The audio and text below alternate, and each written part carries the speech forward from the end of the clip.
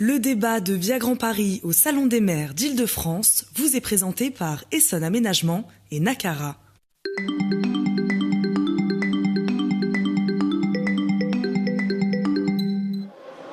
Bienvenue à tous, on se retrouve sur le Salon des maires de l'Île-de-France pour aborder la question du logement. Quelle solution dans cette région où c'est très compliqué de trouver un logement? Le marché locatif est quand même très cher, en tout cas au cœur de Paris, petite couronne et même en grande couronne de plus en plus. Alors quelle solution pour les habitants? Des solutions dans le logement social, mais les demandes sont très importantes. On estime entre 500 000 et 600 000 demandes de logement sur le parc social. On en parle avec nos invités. Merci à tous d'être là. Sylvine Thomasin, maire de Bondy. On a également avec nous Christophe Delrieux, le maire de Carrières-sous-Poissy. Et on a également avec nous Patrice Leclerc, le maire de Gennevilliers. Alors si vous voulez bien, on va peut-être commencer par le contexte, Sylvine Thomasin.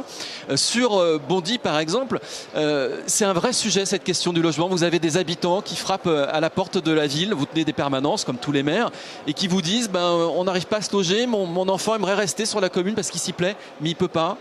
Mais évidemment, c'est un vrai sujet et je pense que les collègues le diront, dans toute l'Île-de-France, c'est un vrai sujet. J'avais encore la semaine dernière un groupe d'une dizaine de mamans qui sont venues après la sortie de la classe, ensemble, après avoir récupéré les enfants à l'école, pour dire mais qu'est-ce que vous faites pour me trouver un logement? Pensant sans doute que les maires ont des baguettes magiques. Donc certains maires n'ont pas suffisamment construit au cours des dernières décennies, c'est vrai, mais les attaques qui sont portées sur le logement social par le présent gouvernement vont de toute façon enrayer la machine et ont déjà freiné cette année la construction de logements sociaux. Et donc, division pavillonnaire, prolifération des marchands de sommeil, on ne vit que cela. Christophe Delrieux, vous faites le même constat. Vous aussi, on vient vous voir pour vous dire, monsieur le maire, il faut des logements. On a déjà à peu près 700 demandes qui attendent, donc on voit bien que rien que le nombre suffit à répondre à cette question. Mais on a aussi des familles qui nous signalent de la surpopulation, qui ont du mal à trouver du logement quand elles ont un nouvel enfant qui arrive dans la famille, ou certains qui sont encore chez leurs parents. Donc voilà, tout ce parcours résidentiel dont on parle souvent et qui a du mal à se faire, hein. Même parfois à l'intérieur même d'un même bailleur, on a du mal à placer un retraité qui aujourd'hui est au 4e étage, sans ascenseur, et de le changer vers le rez-de-chaussée pour remettre une famille qui, elle, demanderait un plus grand appartement que le retraité a pour autant. Patrice Leclerc, vous êtes maire de Gennevilliers. On est quand même dans une région qu'on dit sous tension. Ça veut dire quoi sous tension? Ça veut dire que les prix ne cessent d'augmenter. C'est le cas aussi dans votre commune. Les prix à l'achat augmentent. La situation est surtout catastrophique. Il y a 450 000 demandeurs de logement sur la métropole, 45 000 logements qui se libèrent par an. Ça fait 10 ans d'attente. Et la situation, comme le disaient mes prédécesseurs, la situation ne peut que s'aggraver parce que le gouvernement est en train de casser le système de gestion du logement social et sa production. Et tout ça pour marchandiser davantage le logement. Et donc effectivement, ce sont des hausses de prix dans le libre.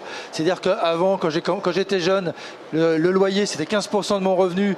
Dans le logement social, c'est passé à 33%. Et dans le libre, c'est passé à 50-55%. Donc ce sont d'ailleurs un article du Monde paru la semaine dernière montrait que les couches moyennes étaient étranglées à cause de cette question du logement. Et puis ça fait flamber les prix dans l'achat aussi. Donc dans le libre en locatif et dans l'achat, les prix flambent par un manque absolu de logements sociaux. Il n'y a qu'une solution, c'est d'en construire. Voilà, Sylvine Thomasin, vous parliez tout à l'heure des marchands de sommeil, parce que monsieur Leclerc vient de l'exprimer très simplement. C'est vrai que par le passé, on allait dans un logement social, toute catégorie sociale confondue. C'était une logique d'ascenseur social. Une fois qu'on avait ce logement social, après on allait pouvoir acheter un petit pavillon, un appartement. Aujourd'hui, il n'y a plus ce parcours. Non. Et donc, résultat, les prix augmentent dans le privé parce qu'on ne peut pas se loger dans le logement social, donc les prix explosent. C'est tout à fait cela. On commençait sa vie dans le logement social, on pouvait la finir, mais globalement, il y avait quand même un parcours résidentiel qui était possible à l'intérieur du logement social, des résidences qui venaient d'être construites avec des prix un peu supérieurs, parce que la famille allait mieux, les salaires, il y avait 2 salaires, enfin bon, les familles pouvaient envisager un parcours dans le logement social, mais également en dehors du logement social.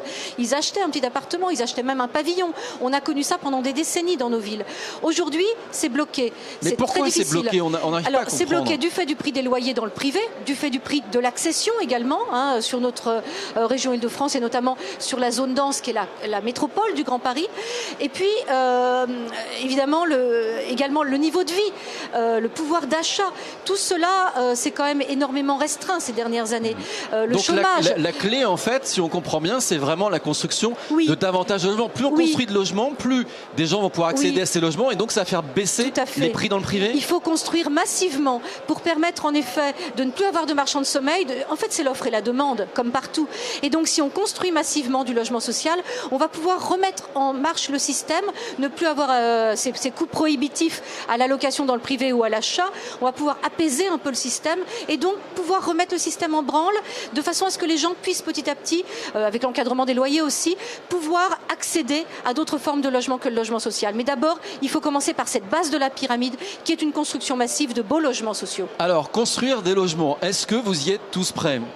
Monsieur le maire de Carhaix-sous-Poissy, Christophe Desrieux, est-ce que vous voulez construire davantage de logements sociaux ? Alors, des logements sociaux, mais pas que. Hein. Nous, on a tout un programme, un gros partenariat avec le Conseil départemental des Yvelines et puis CDC Habitat pour construire des logements intermédiaires. On a en Île-de-France toute cette catégorie de fonctionnaires des trois fonctions publiques, hein, fonction publique d'État, fonction publique territoriale, qui sont nos agents, pour le coup, à nous, les maires d'Île-de-France, mais également la fonction hospitalière dans tous nos centres hospitaliers qui ont énormément de mal à se loger et qui ne veulent pas rentrer par les dispositifs de logement sociaux parce que c'est difficile quand on est policier, quand on est enseignant ou infirmier de se retrouver dans ces quartiers où avec lesquels on gère aussi des problèmes d'autorité ou autres avec des populations qui parfois peuvent être difficiles pour certains. Et donc là aussi ce partenariat que nous avons où le département des Yvelines injecte beaucoup de fonds dans ce partenariat où on a développé toute une série de logements donc intermédiaires qui permettent d'avoir des loyers à 20% moins cher que ceux du marché. Patrice Leclerc, construire des logements sociaux, oui, faut-il encore pouvoir le faire ? Vous, je crois que vous avez le record du nombre de logements sociaux en Île-de-France. Je crois que c'est quelques 66% des logements sociaux sur votre commune. Oui, est-ce que vous pouvez encore construire ? Oui, parce qu'il y a besoin de logements sociaux. Il y a 4200 demandeurs de logements à Gennevilliers. Mais vous ne pouvez pas aujourd'hui. L'État vous met des freins quand vous les construisez. L'État me met des freins et surtout la région refuse de subventionner sous prétexte que j'en ai plus de 50% et plus de 30%, et le département refuse de subventionner sous prétexte que j'ai plus de 50% de logements sociaux. Je rajoute, ils font ça, mais ils n'obligent pas leurs amis, ils m'empêchent de construire de logements sociaux, mais ils n'obligent pas leurs amis à construire. Une étude du diocèse de Nanterre, donc fait par les paroisses de tous les Hauts-de-Seine, fait la démonstration que les politiques menées par ces maires dans les Hauts-de-Seine font qu'après avoir éradiqué les couches populaires des Hauts-de-Seine, ce sont maintenant les couches moyennes et les retraités qui ne peuvent plus habiter dans les Hauts-de-Seine pour deux raisons. D'une part, il n'y a pas assez de logements sociaux.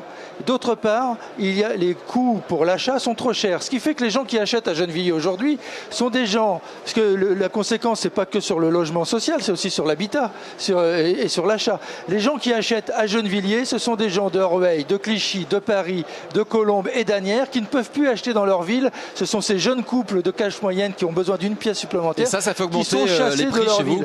Et donc il y a un défi. Si on veut que les couches populaires et les couches moyennes puissent habiter dans la métropole du Grand Paris et ne soient pas repoussées vers chez vous, est-ce qu'il y a une belle région? On est quand même dans l'Île-de-France. Voilà, mais qui est quand même dans l'Île-de-France. Mais après, qu'on ne parle pas de la zone à faible émission et de problèmes de pollution entre la distance entre l'habitat et le travail. Il faut que ceux qui travaillent dans la région Île-de-France, qui travaillent dans la métropole du Grand Paris, puissent continuer d'habiter dans cette métropole du Grand Paris. Parce que plus on s'éloigne, plus on prend sa voiture, et plus on on a des participe à problèmes la de pollution de l'air. transport. Il faut qu'on prolonge les lignes de plus en plus loin. Et ça rend la vie des gens plus difficile. Tous ceux qui veulent traverser le pont de Gennevilliers qui s'est écroulé récemment, ce sont toutes ces personnes qui ont été chassées de la petite couronne et qui se retrouvent pour dans les acheter bouchons, un pavillon tous les pour jours. avoir un logement, qui sont dans les bouchons. Et donc ça, c'est indispensable, construire du logement social massivement, j'en suis d'accord, à Paris et dans la petite couronne. Sylvine Thomasin, vous n'êtes pas encore à 50%, donc on vous laisse construire des logements. Oui, on me laisse vous en construire. construisez? Enfin, il faudrait encore que mon office puisse en construire, puisque en effet, l'étranglement financier des bailleurs sociaux depuis 2 ans est juste intolérable. Alors voilà, ça c'est un vrai sujet, il faut que vous l'exposiez quand même. Parce que vous voulez construire, mais vous dites l'office ne peut pas le faire. Mais bien pourquoi? sûr. Alors la réduction du loyer de solidarité, 5 € par quittance et par mois, donc 5 € d'APL en moins. Alors évidemment, les plus pauvres, ceux qui ont des offices APLisés, avec beaucoup de familles qui reçoivent l'APL, ce qui est vrai pour les OPH, ce qui est moins vrai pour les ESH d'ailleurs. Évidemment, on est beaucoup plus impacté. Moi, ça a réduit de 2/3 les fonds propres de Bondy Habitat. Et je pense que c'est la même chose chez les collègues, de 2/3. Donc quand on a moins d'argent, évidemment, on peut pas a moins un projet. d'argent, donc on ne peut pas construire. Et on est même inquiet sur l'avenir du renouvellement urbain. Nos villes ont furieusement besoin de renouvellement urbain. Où va-t-on prendre l'argent si on n'a plus de fonds propres? Plus l'augmentation de la TVA de 5,5 à 10%. Tout a été fait pour nous étrangler. Donc c'est juste infaisable, c'est juste compliqué. Donc aujourd'hui, si on veut lever ces difficultés, qu'est-ce qu'il faut faire alors? Ça appartient à l'État? Parce que là, ce dont vous nous parlez, finalement, c'est des décisions que peuvent prendre nos parlementaires, le gouvernement. Le frein, il est là, non, aujourd'hui? Il n'y a qu'à lire tous les ans le rapport annuel de l'Abbé Pierre, de la Fondation Abbé Pierre. Tout est écrit dedans, c'est limpide.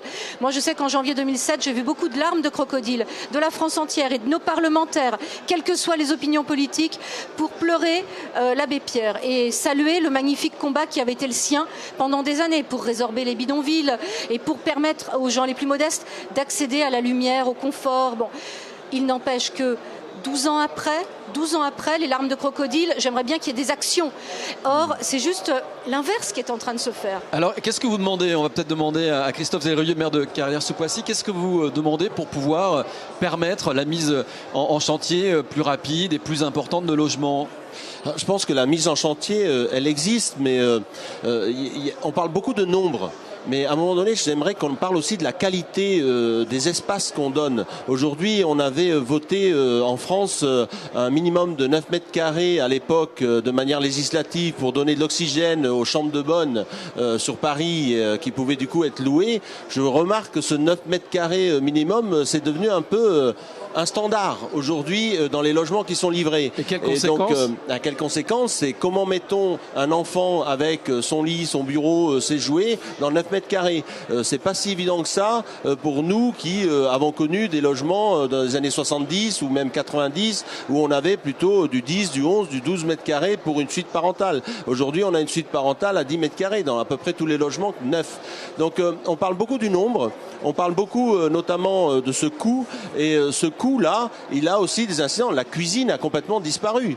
Aujourd'hui, on a des éléments comme ça qui sont sur un pan de mur d'une cuisine. Je suis pas sûr que demain, on soit pas obligé d'accueillir les gens dans du domaine public, du coup, et d'avoir de plus en plus de jeunes qui cherchent des espaces pour se rencontrer à l'extérieur, parce que se retrouver dans la chambre de 9 mètres carrés avec son copain et sa copine, ça va pas être si évident que ça. Donc sous prétexte d'esthétisme, en fait, les promoteurs ont rogné des mètres carrés pour pouvoir vendre des appartements, c'est ce que vous dites? Je pense qu'on parle beaucoup du coût, et je crois que dans le logement, on peut en construire de manière massive. Alors certes, ça va peut-être faire baisser un peu le prix, mais quand on voit ce qui a été dit par mon collègue, justement la part du loyer aujourd'hui dans les revenus des ménages, c'est là qu'il faut agir. C'est qu'à un moment donné, ce système-là, il ne fonctionnera pas longtemps. C'est-à-dire qu'il est énormément difficile de se loger, à la fois pour le coût du loyer, mais également pour les contraintes qui sont données parfois par des propriétaires.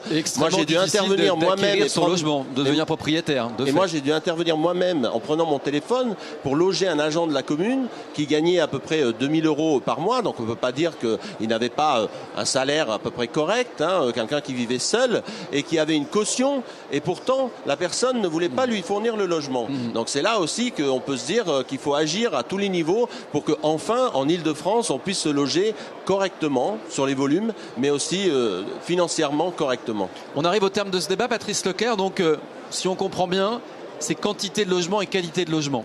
Oui, et d'ailleurs, Sylvie le disait tout à l'heure, le logement social est souvent mieux fait que le logement privé.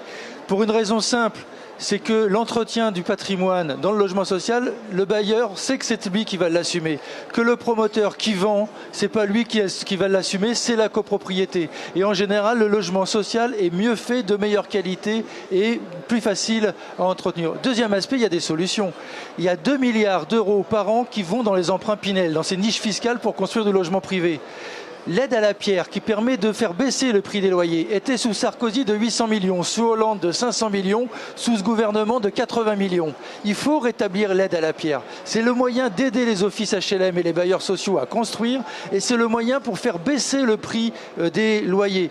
Et ça reviendrait moins cher au gouvernement de donner de l'argent en aide à la pierre parce que c'est donné qu'une fois plutôt que de développer l'APL. Faisons baisser les loyers massivement pour tout le monde et au lieu de donner une APL qui coûte extrêmement cher à l'État, alors que l'aide à la pierre est versée en une seule fois et permettrait aux gens d'avoir un coût de loyer minimum. Très bien, mais merci beaucoup à tous les trois d'être venus nous parler de vos solutions pour le logement. Maire de Bondy, Carrières-sous-Poissy et Gennevilliers. À très vite avec un prochain débat sur Via Grand Paris.